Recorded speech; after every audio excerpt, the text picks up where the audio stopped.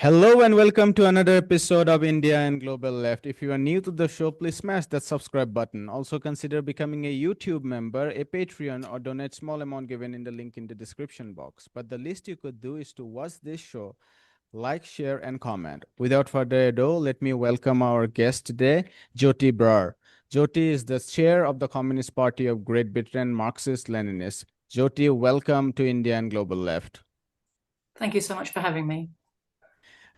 Maybe I'd start with the special military operation, Russian special military operation in Ukraine, given that divided a lot of people on the left. And I've realized you have been involved in that debate, in that kind of reorganization, in that argument. If you could spell out what the sections of the left miss out on when they don't see this as a special military operation and instead see this as a Russian invasion of Ukraine? Thanks, Jyotish. Excellent question. And really, the launch of the SMO revealed to us a deep split in what was calling itself the International Communist Movement and a real lack of theoretical grounding of many organizations that call themselves Marxist-Leninist. Essentially, they allowed themselves to be swept along with bourgeois propaganda, which every Leninist should know how to see through and withstand these. Our life is punctuated, isn't it, by hysterical overloads of bourgeois propaganda. And you know, when everybody is screaming at you one message, the ruling class wants you to think something, and it wants you to have an emotional reaction to a whole load of assertions they're making. It wants you to not use, the programming, the sensible thinking part of your brain. It wants you to be swept along in emotion. And it creates this kind of wall of hysteria that's supposed to stop people having sensible conversations. But obviously, the job of communists, because we study Marxism, is to apply our understanding to the situation and come up with an analysis of what's really going on. And the first thing to ask yourself about any war is, what's the context? What's the background? What were the policies that were being pursued by both sides before this war broke out? And as soon as you look into the context of the SMO, you have to admit a whole raft of things that the Western propaganda has completely wiped out. In fact, the whole of the West's narrative management starts from the day the Russians launched the SMO. And everything that preceded that is wiped out. So the fact that there have been 2 coups in Ukraine to replace governments that tried to be more neutral in their positioning between Europe and Russia, that's not talked about at all. The fact that, in fact, we had, since 2014, there was a fascist junta in Kiev, which was controlled by the CIA and MI6, that's obviously not talked about. The fact that since 2014, this fascist junta with its MI6 and CIA handlers had been overseeing pogroms against Russophone Ukrainians who were, almost half the population, right? It's a huge section of the population, but which of course has naturally friendly feelings towards its Soviet history and towards its Russian neighbors. That's wiped out. The fact that, in fact, it was not the Russians who started this war. The war started in 2014 when sections of Ukraine refused to accept the fascist coup that had taken place through the Maidan process. Right? So all of that is wiped out. Actually, what you had in the Donbass was an anti-fascist war of resistance against what was essentially a colonial project. Ukraine already lost its sovereignty to the West in 2014. In fact, it had been a process of undermining Ukraine's sovereignty really since 1991. You could say in many ways Ukraine lost its sovereignty then because the Ukrainian people voted to stay in the Soviet Union. But their will was overturned. The Soviet Union was dissolved. They didn't want to lose socialism. They didn't want to lose the USSR. They voted that way. They were ignored. So there's been a process of eroding Ukraine's sovereignty ever since the collapse of the Soviet Union, the counter-revolution that took place in 1991.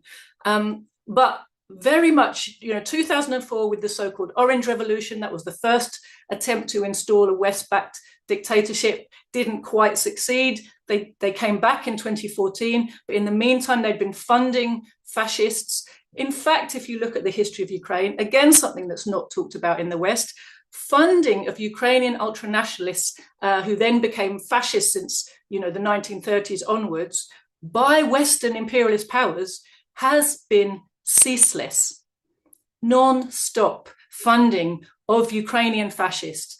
Why? There has always been a desire by the Western imperialist powers to use Ukraine as a launch pad and as a battering ram to try to destroy Russia. Russia and the destruction of an independent Russia, the destruction of the Soviet Union for a certain period, but before that Russia, and after that Russia again, that has been a long-term goal of the imperialist powers. So we've seen a continuation of imperialist policy throughout this whole period since 1991. In 2014, they got their way. They got a regime that they were completely in control of. All sovereignty lost to the Ukrainian people. All opposition cracked down on. Trade unions banned. Political parties banned. Media outlets banned. Independent activity of the working classes basically banned. Terror gangs roaming the streets to discipline the workers. Fascism out in the open again. The whole history of Ukraine totally rewritten. History of World War II totally rewritten. Fascism from World War II period whitewashed. The people who carried out and assisted enthusiastically in carrying out the Nazi Holocaust in Ukraine and Poland during the 30s and 40s, completely whitewashed, and those people rehabilitated not only in Ukraine but across Western and global media, whitewashed. And these people, these terrible war criminals held up as, the fathers of the nation. And we see our own politicians in the West saying the slogan of these fascists, Slava Ukraini, is the slogan of the Banderite fascists who carried out massacres of Jews, communists, Slavs, Poles during the World War II Holocaust period, and who carried on fighting against the Soviet Union after the war was officially over for another, 8 years? There was an ongoing West-backed kind of resistance war, so a terrorist campaign essentially in Poland and in Ukraine that went on all the way up to 1953 with the funding from the West of fascist remnants who they kept in Ukraine. And when they were defeated, as many of them as possible, they airlifted out and they looked after them in the hopes that one day they'd have the opportunity to make use of them again. And so we saw in Canada, in Australia, in the USA, in Britain, there were communities of essentially rescued fascist Ukrainians who were paid, funded to bring up their children with their traditions. Right? That's the nice word for keeping fascism alive in their mentality and their customs. Right? They were funded. They had these little Ukrainian cultural centers that got state funding to keep all of that alive, to keep their community feeling alive, their culture of fascist supremacism alive. And the imperialists are good at this. They like to keep their proxies on the ice just in case they get an opportunity to use them again. They did get an opportunity, sad to say. The Soviet Union was overthrown, it dissolved, and in country after country, fascist proxies who'd been kept on ice were parachuted back in.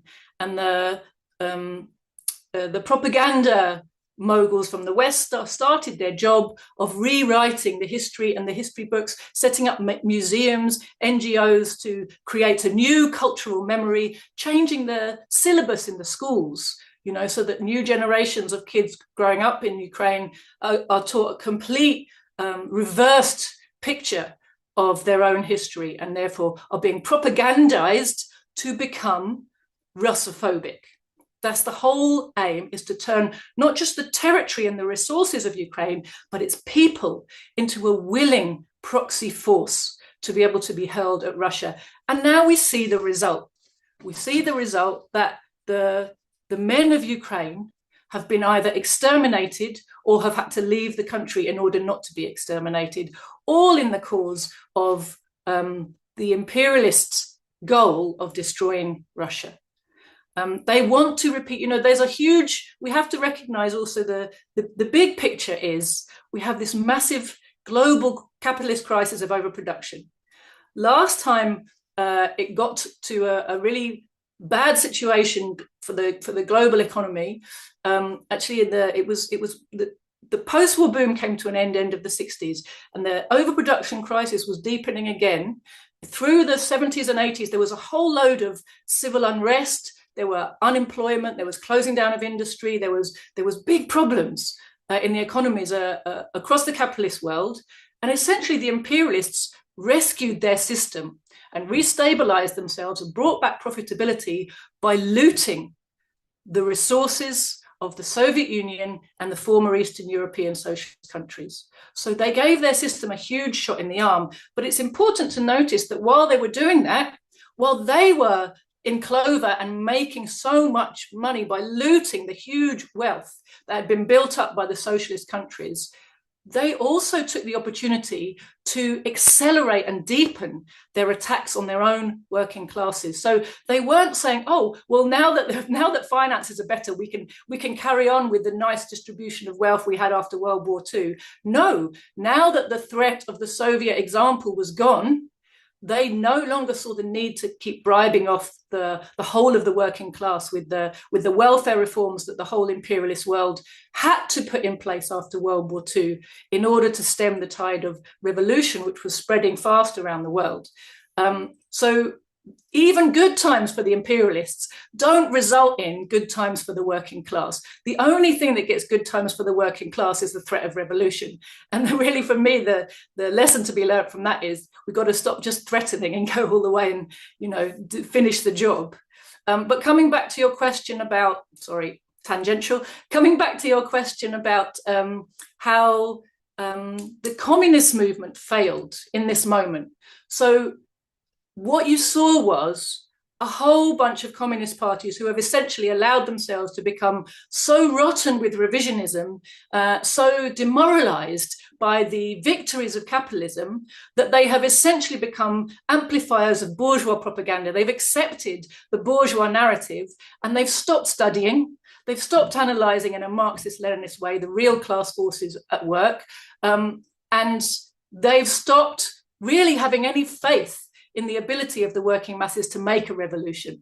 So they no longer see their job as helping the working class make sense of what's going on, helping the working class understand why capitalism has to be replaced with socialism. Instead, they see themselves as a kind of permanent oppositional force that just kind of wrings its hands and says, oh, things aren't very fair, are they? But essentially who buy into the kind of petty bourgeois critique of capitalism, which is it's not fair and we should fix the unfairness, rather than the Marxist understanding, which shows us why it is that the problems that are built into the capitalist system of production for profit cannot be resolved within that system. And therefore, the job of a communist party is to help the working masses organize to remove the capitalist system of production and replace it.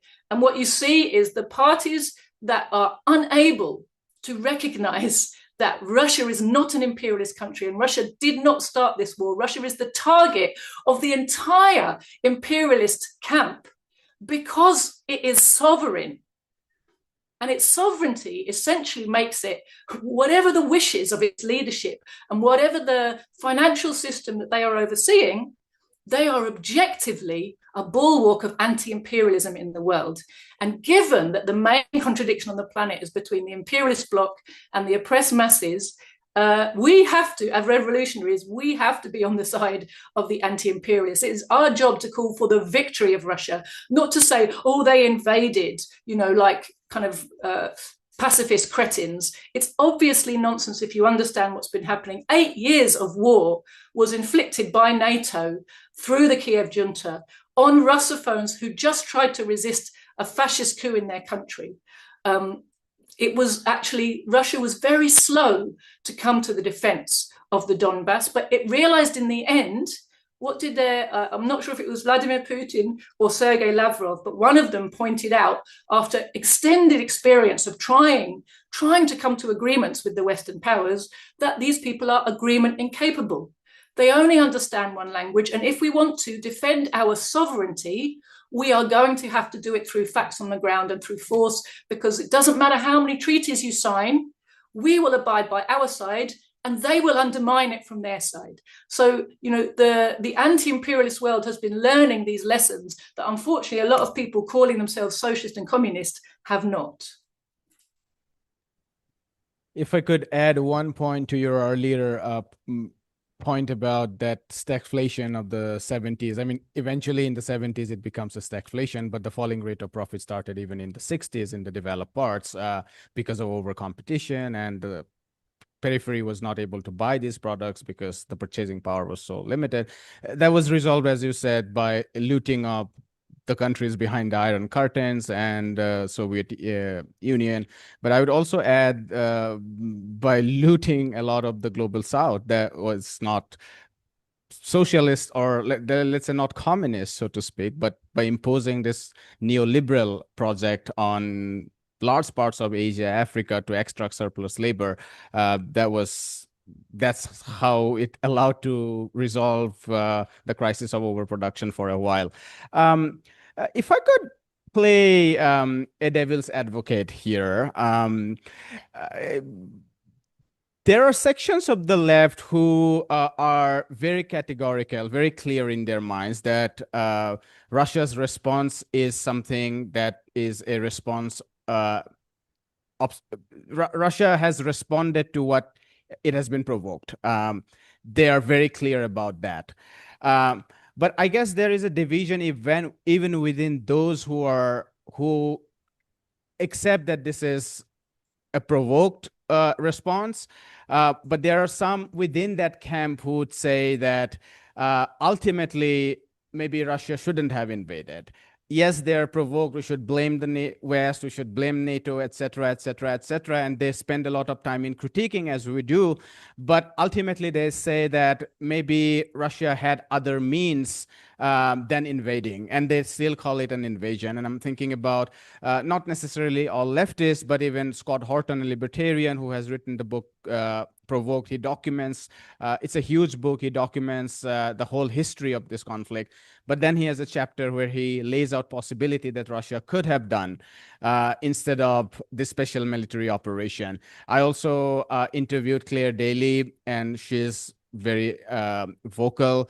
But if I am not mistaken, and correct me, viewers, if I have misrepresented her, I think she also said that Russia shouldn't have invaded, or it's wrong. I wonder what you would say to that line of analysis.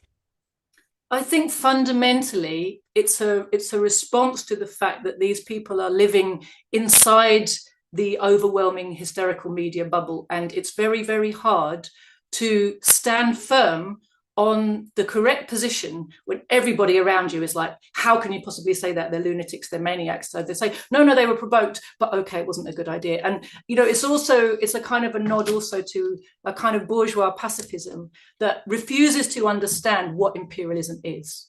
The Russians were very, very, very, very slow to act. They acted very carefully and very properly. You'll see that Vladimir Putin is a president who cares very much about international law as well as national law, of making sure that you have everything in place to be able to show your own people, the international community, your allies, and your critics, no, look, we've followed the correct procedures at every step of the way. I think people have to understand properly. It's not just, Russia wasn't just provoked. If you look at what was going on in Ukraine from 2014 and look at the course of the war since the SMO developed, what you'll see was NATO. Okay, there was all this toing and froing about whether or not Ukraine could ever be in NATO, but de facto, it already was. Ukrainian army was built up by NATO to be NATO's biggest army. That was happening. Now, no one was threatening Ukraine. So why were they doing that? There was only one reason. It was preparations for war on Russia. They built huge fortifications. They turned the east of Ukraine into a massive fortress, ready for a war on that territory. And finally, well, not finally, actually, there was supposed to be a peace process, right? The Minsk process that Russia signed up to as a guarantor. So did France, so did the USA, so did Germany, I want to say. They were all supposed to be guarantors of a peace process that everybody had agreed to. What happened? Russia abided by it. Everybody else ignored it and undermined it. And after the SMO was launched, they all even came out in public and said, oh yeah, we never meant it. We were just buying time to keep making facts on the ground, to make the Ukrainian armed forces bigger. What was the purpose of all of this? They wanted to find a way to launch the kind of war that they thought was what brought down the Soviet Union in Afghanistan. We won't have that conversation now, but they're wrong. That wasn't what brought down the Soviet Union, right? But they wanted to launch the kind of war that they thought would bleed Russia and undermine the Russian economy and Russian social cohesion and force a regime change in Moscow so that they could come, dancing in and have another looting orgy like they had back in the 90s, right? That was their plan. Just before the SMO was launched, we started to get, it was only sort of became clear what had been happening properly afterwards, because at the time it was very hard to make sense of it. We started to get a lot of overwhelming propaganda that Russia's going to invade, Russia's going to invade, Russia's going to invade. And it all seemed, for people who didn't know all the details on the ground, like, why are they suddenly screaming like that? What it turns out is the Western forces, the NATO-backed Ukrainian forces, were massing on the borders of Donbass for a big invasion operation to try to retake the territory. And basically, that was the moment at which Russia stepped in to stop that. So even at that point, for the West, the way they wage their wars is they need to have narrative control.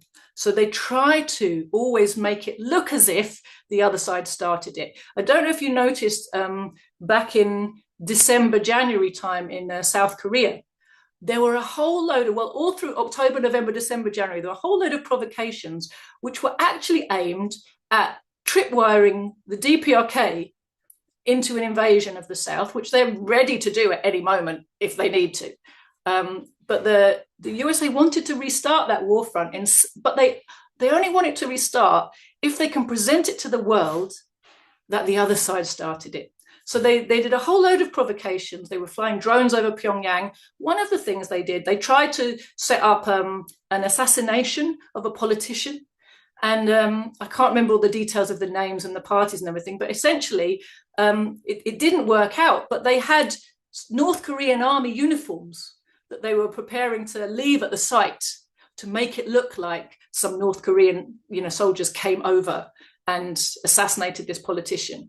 Right, and it was supposed to bring the South together in a anti-DPRK moment and trigger the outbreak of the war, but with a narrative that says the North started it.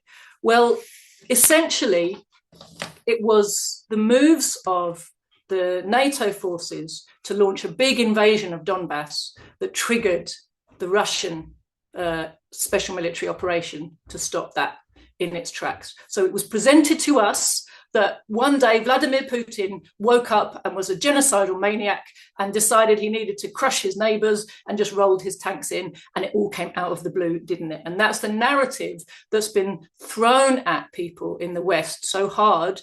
And I think even the people who have resisted that narrative, because they're so surrounded by people who are propagandized and hysterical, I think they find themselves softening at the edges. And a big part of that, in my view, is not having a kind of Marxist base from which to draw your strength when everybody around you has gone hysterical and following the propaganda.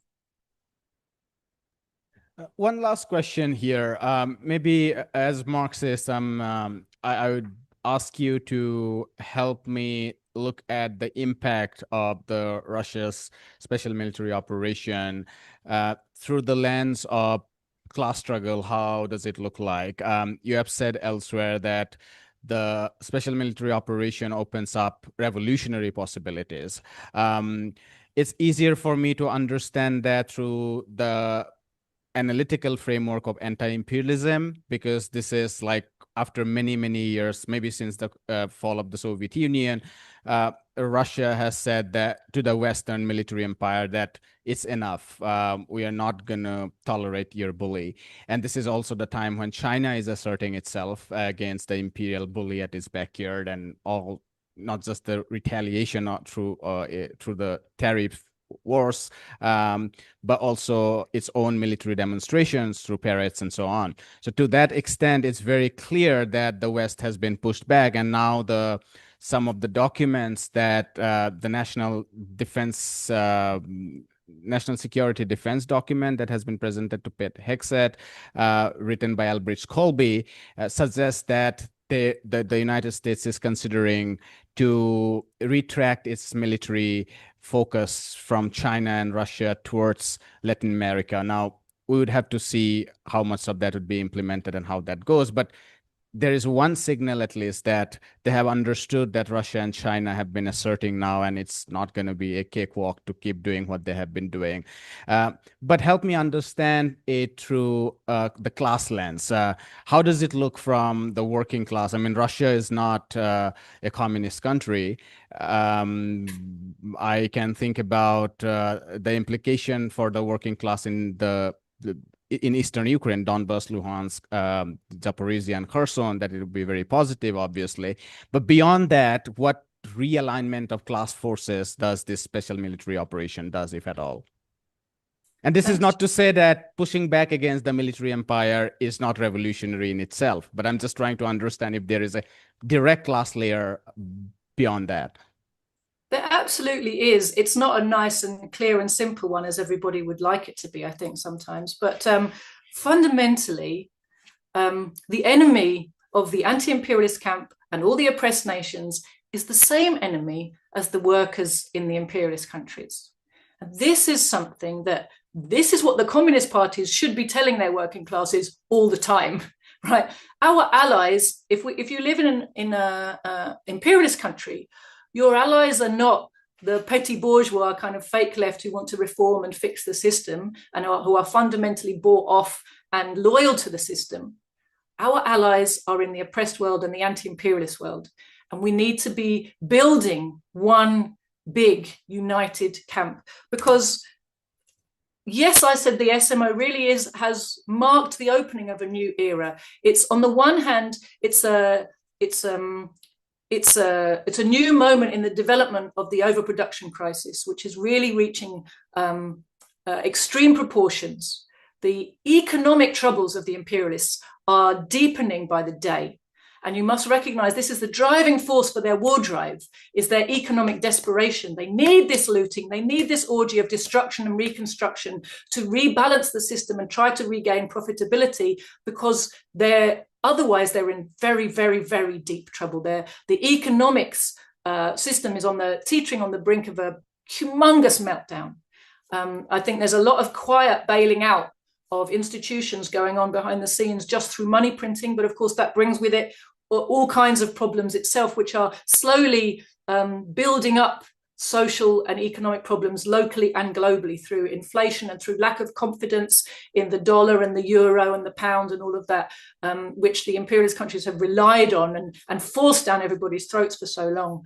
But at the same time as the imperialist camp is in such a crisis, the anti-imperialist camp, as you said earlier, it's refinding its feet. It's finding its feet actually in a way we haven't seen since the death of Stalin, coming together with common recognition of a common struggle, despite the fact that all the members of the camp are not socialists, right? You've got China, you've got the DPRK, you've got Vietnam and Laos, but you've also got Russia, you've got Brazil, you've got, of course, we've got Venezuela, Cuba, Nicaragua, Yemen, Iran. There's a variety of types of economy and society in that camp. But what characterizes them all is a recognition that they will never be sovereign. They will never be able to develop their own economies independently. They'll never be able to control their own resources and deliver anything for their populations while imperialism is there threatening them.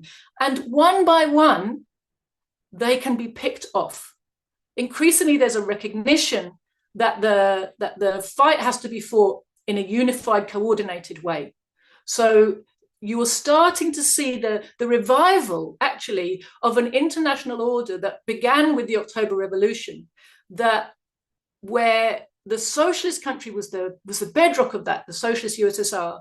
But the socialist USSR recognized, again, that, you know, imperialism is the big enemy in the world, and it made fraternal ties with all kinds of nations that just wanted to be sovereign and independent. They weren't necessarily all going socialist tomorrow, right? If you read Stalin's Foundations of Leninism, which was written in 1924, he points out that the Emir of Afghanistan, who is obviously a feudal ruler, was objectively on the side of the revolutionary forces in the world because he was standing up for a sovereign and independent Afghanistan, whereas there were bourgeois forces in Egypt, although he was saying the bourgeois forces in Egypt were also more objectively revolutionary than the Labour Party aligned forces in Britain, which actually were there to enforce for the empire, although they called themselves working class and socialist, right? So we have to look at what's objectively the content of somebody's struggle and not just the words they use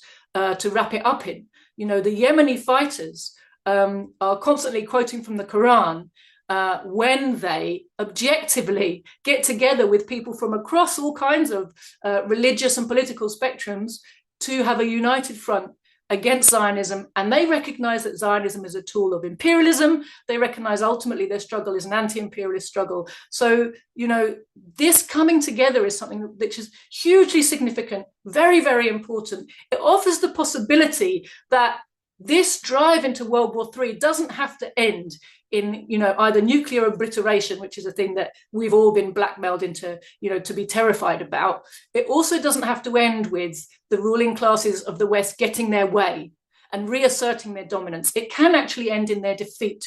But what we have to recognize as workers, in the imperialist countries, is that the job of vanquishing imperialism cannot be left to the forces of the anti-imperialist world elsewhere. They may militarily defeat it. They may earn for themselves a respite. But while the financiers in Britain, in Germany, in France, and in America are still sitting on huge, huge mountains of finance capital, they will never leave alone territories which have got free. They will continue to pay for armies and media and all kinds of provocations and dirty operations to make trouble and undermine those countries' ability to progress and develop while they're allowed to do it. It's the job of the workers in the imperialist countries to stop them. And we also have to recognize that, you know, the days of the post-war bribes, essentially, the social contract that was made where we agreed not to make a revolution in return for being given some of the things we would have got if we had made a revolution, those things are all being taken away. They're not coming back. We're not getting back to 1945. That was a product of a revolutionary situation. The only way that things are going to get better for British workers is the same way they get better for workers, you know, in other parts of the world. It's when the imperialists are stopped from being imperialists, and that means they've got to be dispossessed of their stores of finance capital. They've got to be separated from their ability to control economic and political life. And so this is a two-front struggle. The opportunities for that struggle are opening up. People's life conditions is teaching them a lesson that no reading of Lenin could have taught them, which is what the system really is, what the ruling class really thinks of you, right? If we watch the way our ruling class has thrown Ukrainians into the meat grinder in the most reckless fashion, and what we see now is so much of that was directed by British operatives. It's, you know, there's a lot of evidence now that says they're the mastermind behind the worst and most bloody operations in this war. What we see is a continuity of attitude towards ordinary working people, whether at home or abroad, from 1914. I don't know if you may not be so aware of it, but it's still something that was very strongly in the folk memory when I was growing up in Britain, of how the generals in World War I treated the ordinary soldiers as so much disposable cannon fodder. That's actually where we get that expression from, I believe. certainly it's where it came to my mind from, in my education, was that attitude, that total supremacist, they're just disposable, and the horrible stories we grew up with about, wave after wave of human bodies being sent into machine gun fire to be mown down, as a fight went over this hill or that hill. We go forward 2 meters and we lost 300,000 men.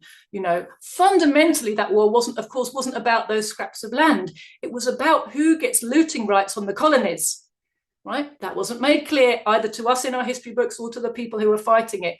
But in that war, the working people of Europe were treated as entirely disposable cannon fodder. And the reason that our rulers can treat us that way is they don't consider us to be real human beings. They don't consider the oppressed to be, in the colonial countries, to be real human beings. You see that exact same attitude the way that they've treated Ukrainian men. They do this bleeding heart media to try to make, nice people in the West feel that they must be on the side of Ukraine because they're told all sorts of horrible stories. But it's all absolute crocodile tears. All of the tragic and horrific things, the crime that's been inflicted on the Ukrainian people has come from these Machiavellian, imperialist financiers who treat the whole world the way the East India Company treated India, as an opportunity for corporate looting, essentially.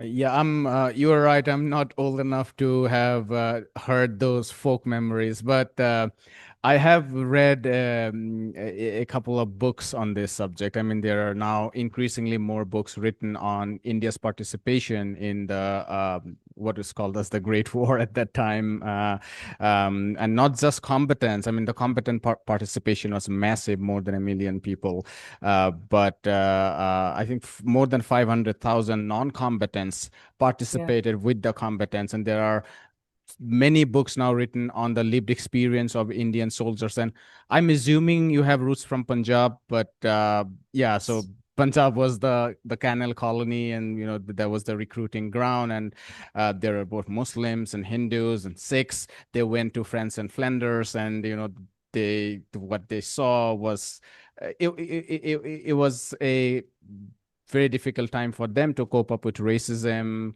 wars, etc. But I think even more difficult was the Muslims who were sent to Mesopotamia, because at that time the British Empire was claiming it to be the Muslim empire, because their claim was that more number of Muslims live under our empire than the Ottoman Empire, because they were competing with the Ottomans. And the Muslims who went to Mesopotamia and were seeing all the blasts and ammunitions, they were very divided, because they had heard about the land of Harun al-Rashid, and these were their holy lands, but people are just being killed now, and so there are books written on that. All right, you spoke about the responsibility of the working class in the imperial core, and that brings me to a question that I wanted to ask you about.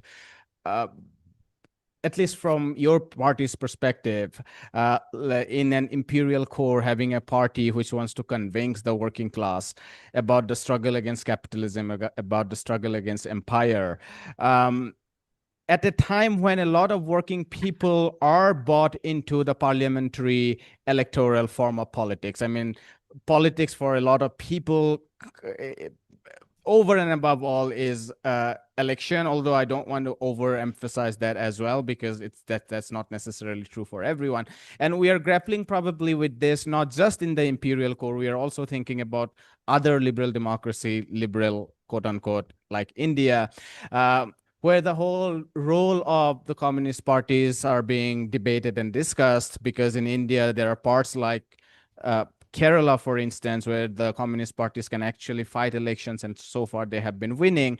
But over and above, I think, largely speaking, the communist movement in India remains very strong. I mean, that's my reading of it. I don't know how you read it, but when I go to the farmers' demonstrations, the farmers' marches, any kind of trade union mobilizations, these are largely under any one or other form of umbrella organizations of the Communist Party. So outside the electoral politics, of course, massive presence of the communist parties in India. I'm not sure about Britain. You would enlighten me about that. I don't think that's true. As a communist party, as someone associated with the communist movement, in that imperial core where politics is so often thought and imagined through election, even the left would be obsessed with a Corbynite party or dissident labor. And what would be your strategy, or what's your agenda or framework to convince the working class about the struggle that they ought to fight? Fundamentally, our job is to help the working people learn from their own experience. So show them what it is life is teaching them to kind of accelerate the learning process, if you like. It's not our job, if you like, to convince the workers that they need to make a revolution. A revolutionary situation will arise. It's our job to help enough workers understand that there is no way to fix this system to deliver the things that they need. And really that means popularizing a Marxist understanding. So our job is, first of all, to train Marxists, and then for our Marxists to go amongst the people and be connected with them, be part of them, and popularize a class conscious understanding of what this society is, how it works, why it can't and doesn't deliver for them, why their lives are getting so much harder, and all of those things. When it comes to the obsession with electoralism, you're right, it's been totally dominant in the post-war period, but that is actually, it's changing fast. Since the, as you said, kind of neoliberal agenda was coming back through the 80s, 90s, working people's experience in Britain was very much that, oh, look, we're under attack and nobody's defending us. And we've been told that Labour Party is the party of the working class, and we've been voting for them religiously for generations. And we have a Labour council and a Labour MP, and they haven't even shifted themselves to save a library book in a library, never mind a job or a factory or an industry, right? So, in fact, working people in Britain who have seen, the increased, accelerated pace of deindustrialization of Britain, which, of course, let's not forget, began actually at the end of the 19th century, because this is the inevitable development of capitalism as it becomes monopoly, and Britain is, in fact, the most advanced in this respect. We have the least productive industry left in our country that was once the workshop of the world, right? We make almost nothing. Our entire economy has essentially become parasitic. A parasitic body on the global economy is basically what the British economy has become, rather than there being pockets of parasitism that were identified by Lenin. That pocket's now extended to almost the entire country. There's so little that we make here now. Parliamentarism is losing its hold on the minds of the mass of Britain's poorer workers. Let's give you an example. In the last election, where the Tories have been in power for, 13 years or something, and they were thoroughly discredited and hated by everybody because obviously life's been getting worse, and they've been at the front of the government while that's been happening, and they've been fronting up for massive austerity drives since 2008. And overseeing, the implementation of a far harsher regime for workers in terms of casualisation, and precarity of work, right? So people on 0 hours contracts, not proper working conditions, no pay, no holidays, no sick pay, no pensions, so people's working lives have got much harder. They're working either longer hours or not enough hours, and either way they don't make enough to make a living. A lot of people in work are on benefits. A lot of people in work are using food banks. A lot of people in work are homeless. So we have this huge developing crisis, a poverty crisis, a hunger crisis, a homeless crisis, a work crisis. And the trade unions and the Labour Party leadership have completely facilitated all of this taking place over the decades. So working people have really lost faith in the two-party system, or in the idea that Labour Party is a real alternative, despite the fact that there's a huge machinery just on the outside of the Labour Party of people calling themselves socialist and communist, but who are revisionist communists and Trotskyite socialists, who basically work to catch people sort of at the who are falling out of the Labour fold and kind of herd them back in and say, no, but we just got to get rid of the Tories and then everything's going to be better. So they were working very hard at the last election, telling everybody, no, we've just got to get rid of the Tories and then everything will be better. Despite this, in fact, the turnout for that election was really, really low. And if you don't just look at the electoral roll, but at the over 18 population, and there's an increasing disparity between those two numbers now in Britain. There's a lot of people who aren't even on the electoral roll, because on the one hand, it puts you in the firing line for taxes if you're on the electoral roll. And on the other hand, there's people who are like, well, I'm not bothered. It doesn't make any difference who you vote for. So the electoral roll is not everybody who's eligible to vote. But if you look at the population of adults over 18s in the UK, you'll find that about half of them actually didn't vote at the general election. And only 18% of them, 1/8, voted Labour. And because of the way the system is set up, the ruling class was able to manage that so that they got Labour a super majority in Parliament, and they could trumpet it as this massive landslide. But actually only 18% of adults in the UK voted Labour for them to be able to get that. So there's actually quite a crisis of legitimacy for British politicians and for British parliamentarism. And you can see at the moment that Labour has become even more toxic since then, because of what they've been doing in terms of austerity at home and because of what they've been doing in terms of war crimes abroad, in particular facilitation of and cooperation and participation in the genocidal assault on Gaza. And simultaneously, alongside that, the crackdown on free speech and protest at home. So all of these things have made Labour super, super toxic. There's almost no chance they could get re-elected at the next election. The ruling class strives for a stable majority in Parliament, because if there's a party with a majority, they can, get their laws through with relatively little upset. It's very difficult when there's a bit of a hung Parliament and there's negotiations all the time to get legislation passed through. So they prefer a stable majority party to be in government. We see right now that forces are being set up where essentially I think what's happening is you're getting the left wing of the Labour Party is being reconstituted outside the Labour Party, but its job remains the same thing, right? So that's the your party kind of thing.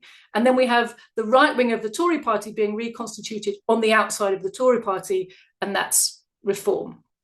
And these two are being held up to people in the hope that they can be brought back into the electoral fold, the wishing and hoping that things are going to get better through voting if only you have the right person in charge and it's a new party and this is all fixed. But we've actually seen this story before. In Britain, we've not seen so much of it, but across Europe, we've seen the collapse of the main social democratic post-war parties and their replacement by new organizations, or their supplementation by new further left organizations. And every single time they come to the brink of doing something that looks like it might really get up the nose of imperialism or upset the ruling class's agenda, they knuckle under and end up propping up the very forces that they're supposed to have been brought in to oppose. So we saw it with the new anti-fascist front, or whatever they called themselves, in France, didn't we, not so long ago? They ended up supporting the very establishment that they were promising their followers that they were going to be an alternative to. We saw it with Syriza in Greece. They went right to the brink, didn't they, of saying no. So because PASOK, the Social Democratic Party PASOK, collapsed, there was this drive by the European Union to inflict most horrific austerity on Greece. The Greek working class voted for Syriza because Syriza promised them that they could vote on leaving the European Union and rejecting the terms of this austerity, and that they could have sovereignty and not be brought into essentially becoming a kind of semi-vassal of the EU. And what happened?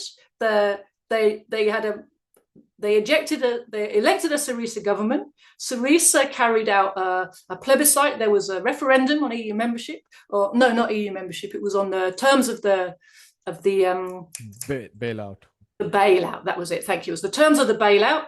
The people voted to reject it. Syriza buckled and accepted it anyway. So every time we see the same pattern. Now, when it comes to Britain, We saw the Corbyn project already, right?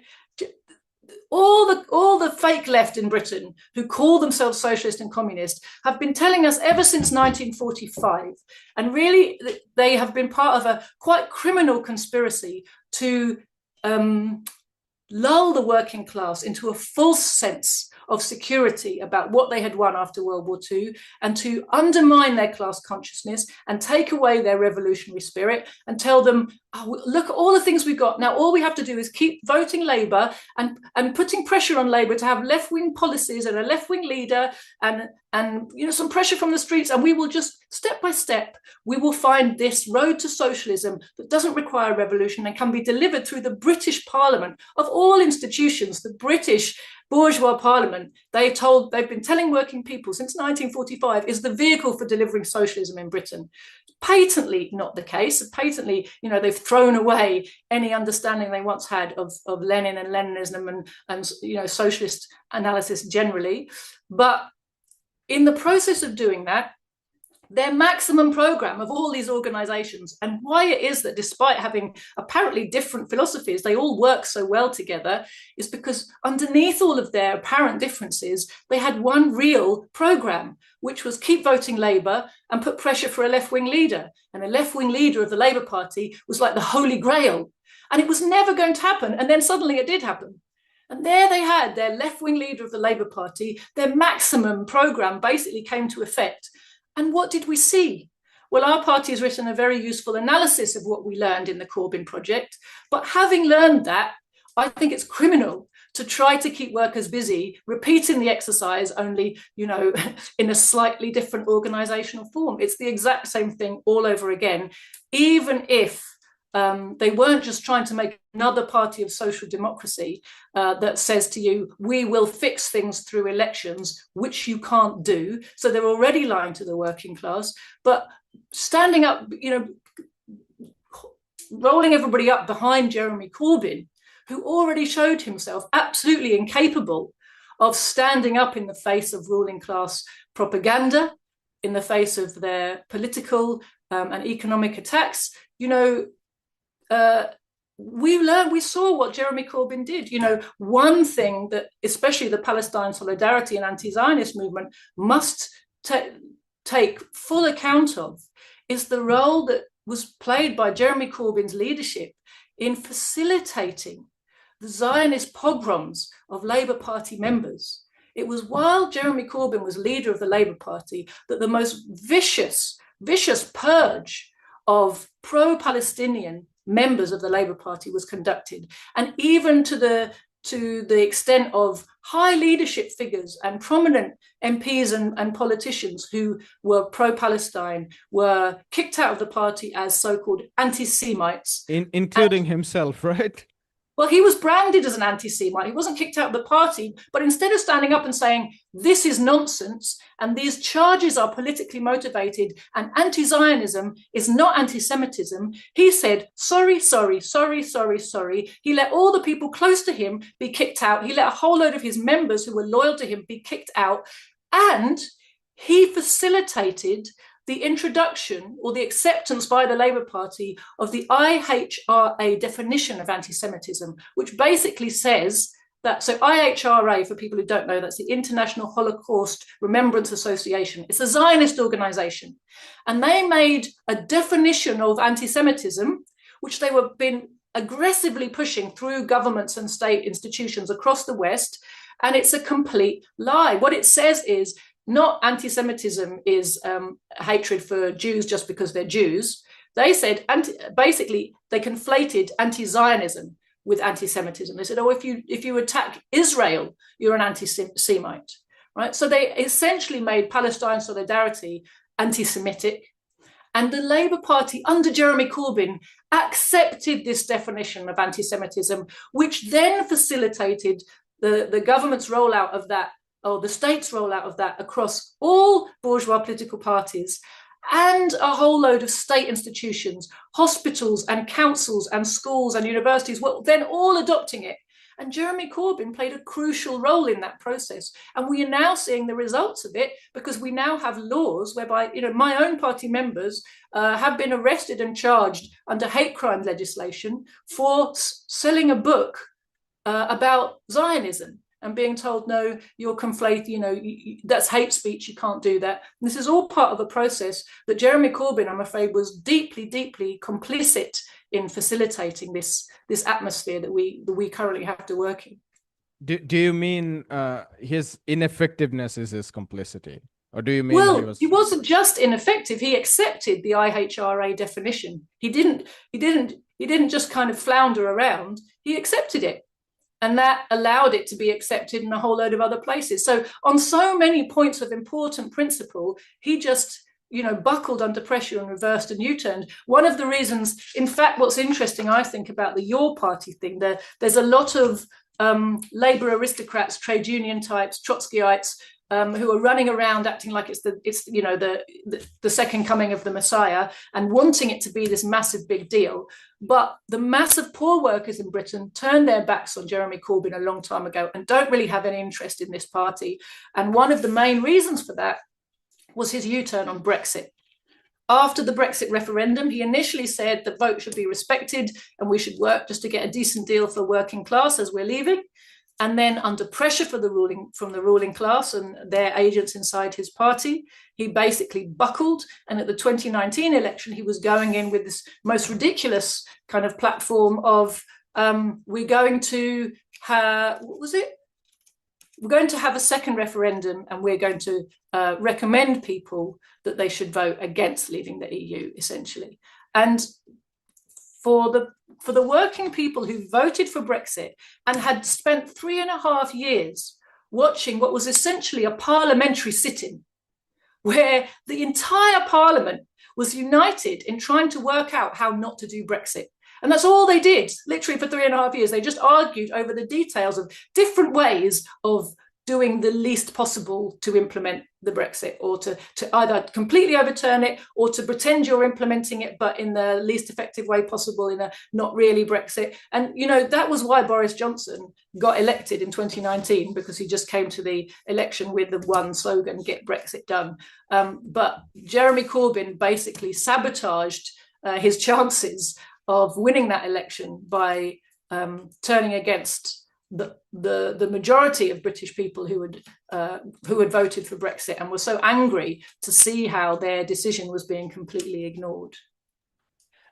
There has been a great debate going on in the United States about this, the Democratic Party or a third party or no party, right? I, as you spoke, I had similar sense of, trigger responses. In some ways, I would say that there would be a section of the left who would say that I completely agree with what Joti just said. I would accept all of those things. But I would say that don't spend time in electoral politics, parliamentary politics.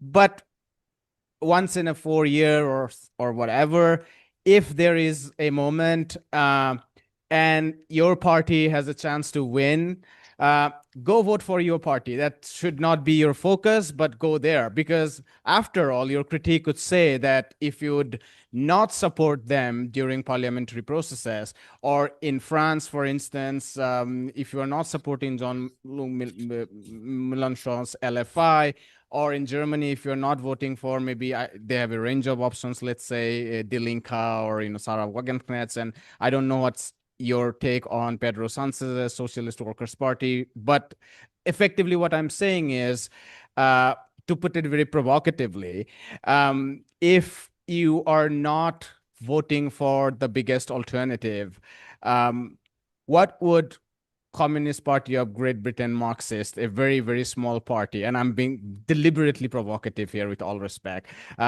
what would you do by yourself? Well, we're not going to do anything, are we? It's the working class that's going to do something. And the idea that, if you're not involved in the election, you're irrelevant, that's also, that's basically repeating all the mythos of bourgeois parliamentarism that says this is our democracy and this is how you change things. But there's certain facts that, all the left need to get their head around, just like the working class needs to get its head around, which is ever since the working class was given the vote, mass of the working class in Britain, which was really post-World War I, there has been a shift of decision-making out of Parliament. So if you actually look at Parliament, you could fill Parliament with 600 Karl Marxes. Would they be in charge of the reins of power in Britain? The answer is no, right? So from my perspective, I would find it useful to engage in elections at such a point where, number one, there was actually a demand by the working class for communist candidates. Well, right now there isn't that demand. So we have to, we got to build that. There's no point standing as a communist, but if there was a real demand for communist candidates, the job of the communist candidate is to help to open people's eyes to the futility of this whole process. Because you're electing us here, but we have no power, and showing how the mechanisms, showing how all the power is being exercised elsewhere, and how the process of all of these parliamentarians being bribed by various lobby groups and under the control of various, wings of the working class, how the procedures are manipulated, and how the circus is, to almost like in the Wizard of Oz, pull the curtain back on the circus and show the working. So the job of a communist is to expose bourgeois parliamentarism and hasten the day when the mass of the workers turn away from it altogether. It's not to go to the workers and say, oh, all of those parties are awful, but our party is going to do it better. Do what better? Run British imperialism better. That's what you were auditioning for. Please, can I be allowed to run British imperialism better than the last lot?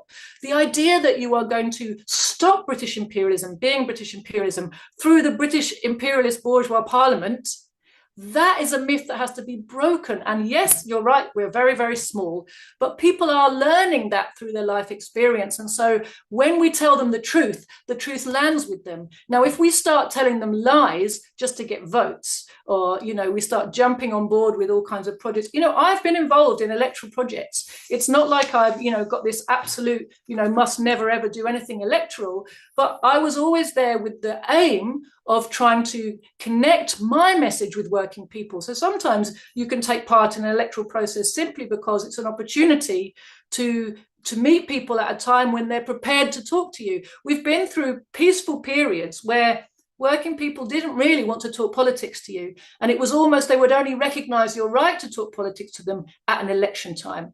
I actually think that time is past now. There is so much crisis, and there are so many problems working people are facing on a daily basis that actually, if you just take a stall into the street and talk to people who pass by you, they're ready to talk politics.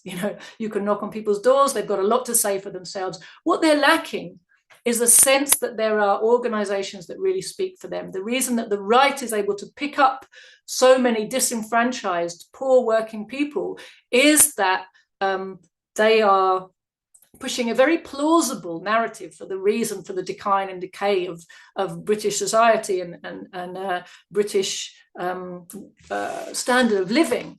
They are basically got a 1-point program which says it's the immigrants. And that message is amplified by the entire bourgeois press, the entire bourgeois machinery. Every single bourgeois party says, yes, immigration is a problem. And then they argue, about the fine details of how you fix the problem. But because it's endorsed from left to right and across the entire spectrum of the bourgeois media, it's a very easy sell. And the voices of the far right, so-called, are also massively amplified in our media. They are platformed everywhere. And that is precisely because they are serving the ruling class in catching disenfranchised workers and trying to herd them back into believing there's a way to fix the system and believing that their problems will be solved if just, all the immigrants were kicked out, which of course is nonsense. But the people who could actually tell them something different are like my party. Why is my party so small? It's because the bourgeois media world pretends we don't exist. And they're very effective in silencing the voice and the analysis that we have to put forward. But to the extent we're able to, we absolutely need to get it out to people that they are being misled. And the people who are posing as their friends are not their friends. The people are actually serving the class enemy. The people who spread these anti-immigrant rhetoric in their midst are inciting them against other workers. And the whole function of putting workers against workers is so the people who are getting rich off the back of all of you can stay in power and keep exploiting you all and keep you misdirected, keep you confused, and pointing your anger in the wrong direction. Fair enough. So you would probably say that you would campaign against, or maybe not campaign against, but you would make a point against, let's say, your party. Yes, I don't think they're offering anything to anybody that's anywhere useful. I think they are offering delusion. And more than that, actually, at this moment in time, I find it, honestly, Jyotish, I find it kind of criminal to be trying to bring people back to the idea that bourgeois politics will deliver from them when they're waking up to the fact that it won't. And on top of that, when you look at all of the deep and urgent crises facing working people right now, which are urgent and which urgently need attention, whether it's the genocide that needs urgent attention to do something, or the housing crisis, or the hunger crisis, or the employment crisis, or all the problems that are facing working people that need an urgent response, that need us to work out how to organize ourselves, use our collective power, get rid of the leaderships who are tying us to the imperialist system, and actually use our mass organization so that we as a class can exercise our power and start to fight for ourselves. Now, this is urgent. What are they saying to people? Sign up to our mailing list, come along to some meetings, and we'll get organized for the general election in 2029. It's actually a criminal endeavor in A, sowing false hope, and B, in keeping people busy doing nothing while the ruling class carries on with its policy of driving into World War III, committing genocides, and Palestine is not the only one. Ask the Yemenis, ask the Syrians, right? Ask the Lebanese, ask the Congolese, committing all these genocides right now in our faces, and pushing down ever harder on the conditions of workers at home, and repressing all of those who try to stand up and stop any of that. All of this requires the working class to urgently organize itself in its own interest, to stop all of this in its track and start fighting for itself. The idea that a kind of wishy-washy, wouldn't it, where everybody comes together and does their little wish list of how they would like the world to be, and sits in a room and talks about it, how we can build a parliamentary organization in time for 2029. It's actually a criminal diversion of people's real desire to fix the problems that they see. I prepared one final question. I want to be respectful about your time, so feel free to answer it as concisely as you might like to. You have something to say about identity politics. I'm just picking this up given, particularly in the West, we're seeing two kind of extremities. There is a far right mobilization that would not accept any kind of agenda about non-discrimination based on gender, sex, race, etc., and they have moved to a position where even being racist is being, protecting your culture or whatnot. And then on the other hand, we have the identity politics, which hasn't been helpful, to put it very mildly, or one would say it has been a completely ruling class ideology. I don't have a very strong horse in that, given I live in India, where these are not the most important questions, but our platform is a global platform, and we have a lot of viewers from the global north as well. And when I was reading your manifesto, party manifesto, there was something about identity politics. So if you could just end this conversation by sharing your thoughts on identity politics and what how the left should look at the whole idea of identity politics. Sure. Well, I actually wrote a short book on this called Identity Politics or Class Politics, because you're right, identity politics is something that's been particularly heavily pushed through academia, but basically as you said, it's a bourgeois ideology which comes from without, which is a kind of they've taken themes from this or demands from the socialist program and completely warped them and inverted them so that they stop being what they used to be and become something that is undermining the coherence and cohesion of the socialist working class movement. So they've been absolutely toxic for the working class. But of course, the reaction to fake anti-racism is not, oh, well, then racism's okay. And this is, again, we have the newest kind of iteration of all of this is the culture wars framing of everything, where actually both sides are ruling class ideologies, and we are being asked to pick one side or another, and both sides have been curated by and are being headed up by members of or sections of the ruling class. So we have to not fall into these traps either, right? When it comes to, for example, bourgeois feminism is not really about the liberation of the mass of women from their conditions as second-class citizens with extra burdens on them that class society imposes.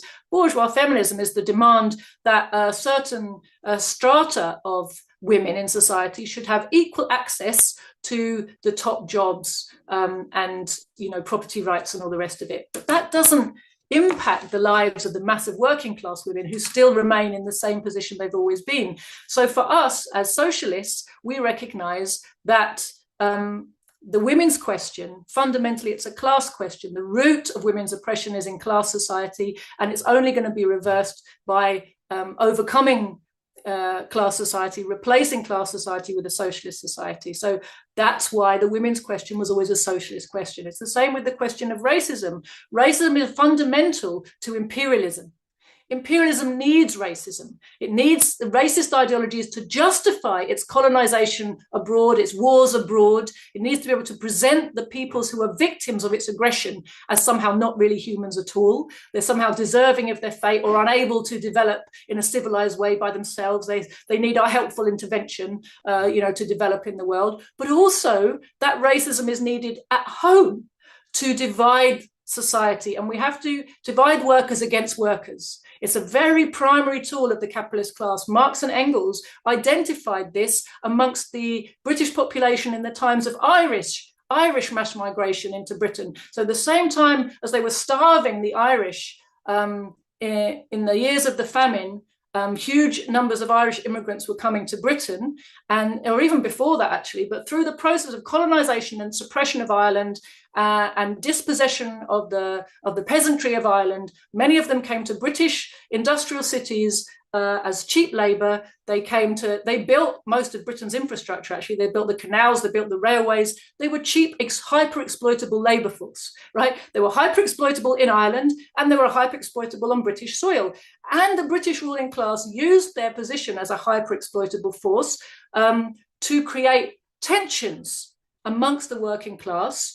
And Marx and Engels correctly identified that this was the secret to the power or the stability of bourgeois rule in Britain, was their ability to keep the working class busy fighting itself, right? The Irish workers hate the English workers hate the Irish workers, and they're either looking down on or despising for different reasons one another. And he talked about how the media played a really important role in that, and the whole of the cultural and state institutions systematically spreading, kind of misinformation and discriminating against the Irish for all kinds of, fake reasons, or they're like this, they're lazy, they're stupid, they're Catholics, they're, slovenly, they have too many children, they have, their poverty is their own fault, essentially. And we see the same patterns today. What's important to recognize about the way racism is used by imperialism is they always need it, but the target can change. You wouldn't know if you're growing up in Britain today that the Irish used to be a primary target of English racism or British racism.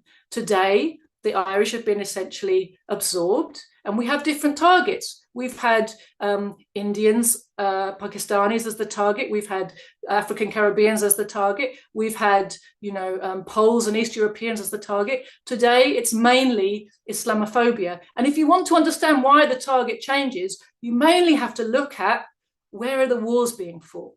Today, the Islamophobia goes hand in hand with the focus of wars in the Middle East ever since 1991 and the fall of the Soviet Union, right? Look how, and that's something that, you know, comes back to what we were saying earlier. You were saying about how the fall of the Soviet Union allowed the looting of the Soviet territories was something that restabilized the system, but they also were able to loot in the rest of the world too. And of course, it was the fall of the Soviet Union that facilitated that. Okay. The Soviet Union had been a protective force for peoples all over the world to be able to have an ability to stand up against imperialist looting and to have someone at their back if they wanted it, to try to have sovereign development. And also the labor movement against its the bourgeoisie of the global south itself, because the Soviet Union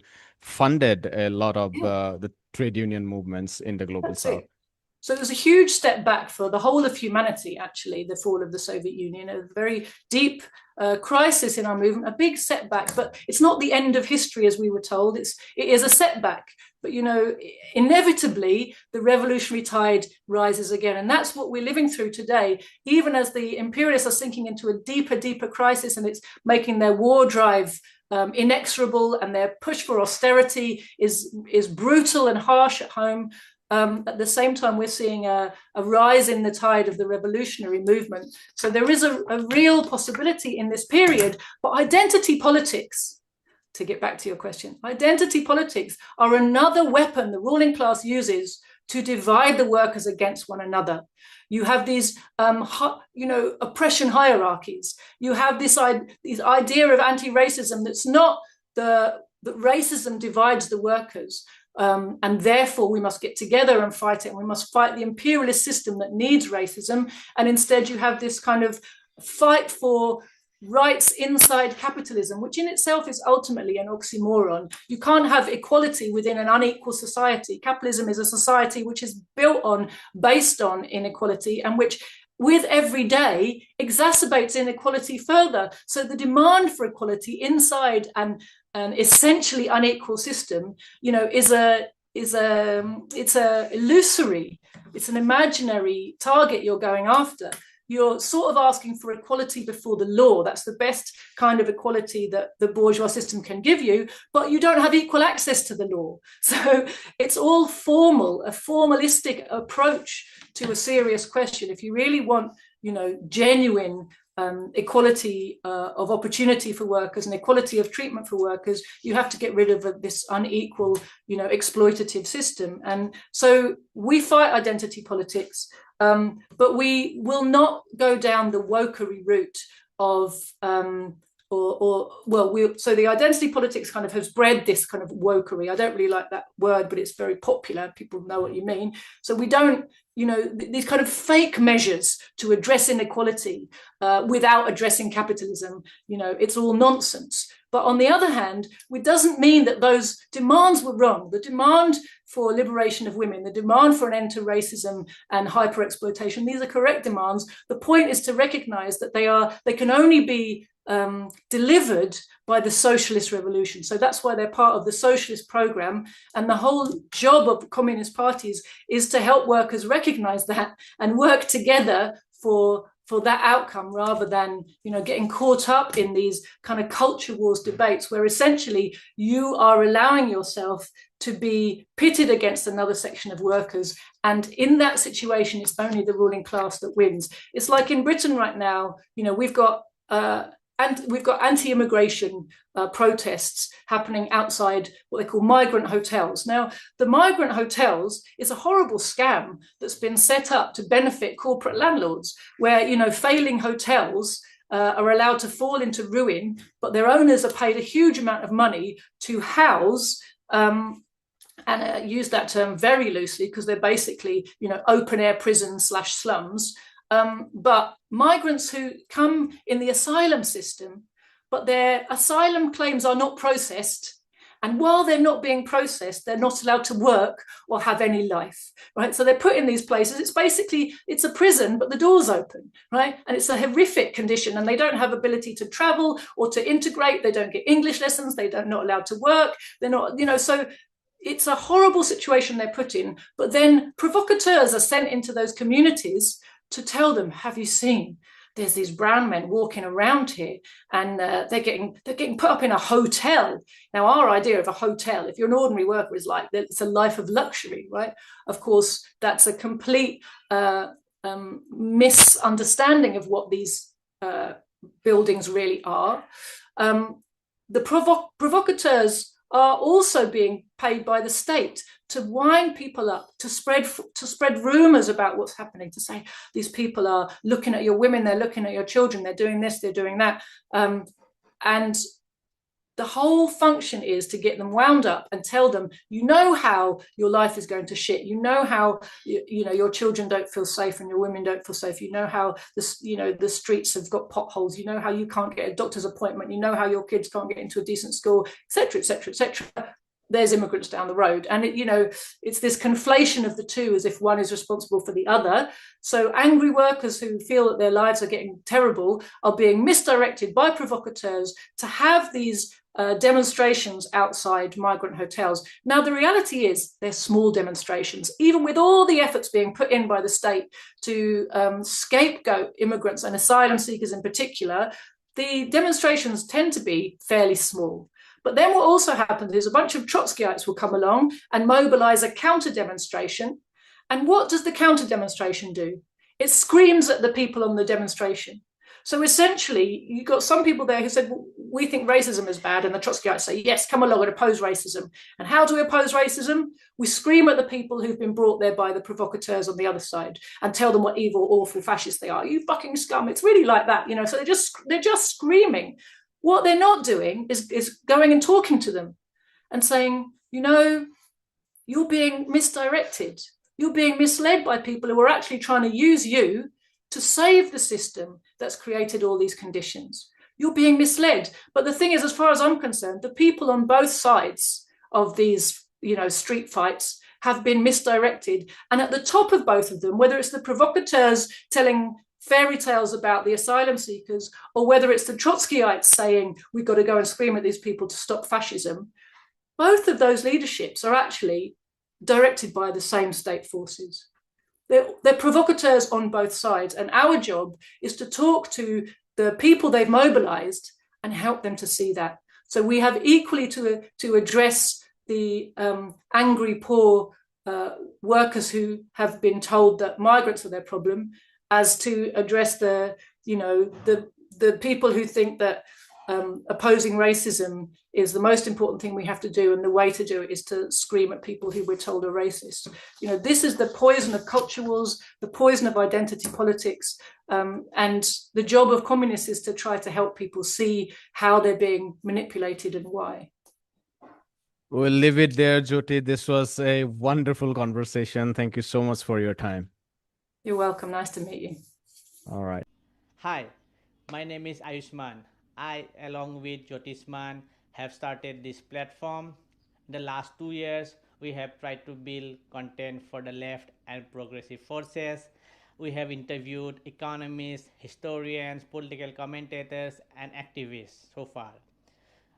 If you have liked our content so far and want us to build an archive for the left, I have 2 requests for you. Please do consider donating for the cause. Link is in the description below. Also, if you are not able to do so, don't feel sad. You can always like our videos and share our videos to your comrades. Finally, don't forget to hit the subscribe button.